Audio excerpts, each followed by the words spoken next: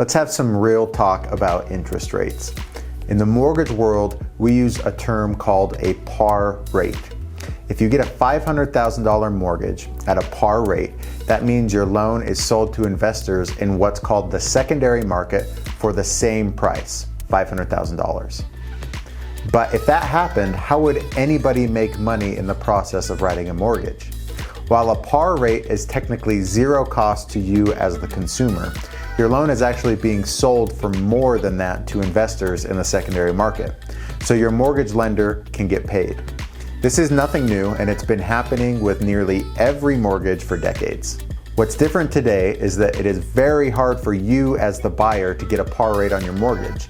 Today, it's almost guaranteed that you're going to have to pay some sort of premium or points to secure that rate. Why is that? Think about it this way.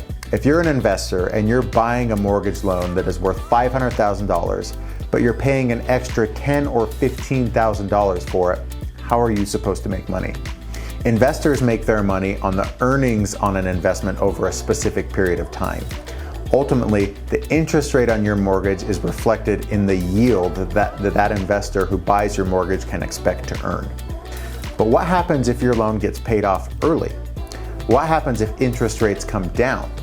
You're most likely going to refinance your mortgage to a lower rate, and the investor is not going to be able to recoup that extra money they paid. So what is the point of all this? Well, while it might seem like a bad thing that you have to pay a premium for your rate today, it's actually a very good sign for the future of interest rates. The fact that investors are not willing to buy loans at par today means they believe that interest rates will go down as inflation starts to come down. Investors are charging a premium upfront for rates to make sure they're not losing money on their investment.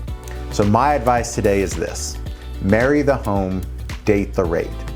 If you find a home you love, bite the bullet on interest rate and start building equity. The market anticipates rates will go down soon, and you'll have an opportunity to refinance to a lower rate.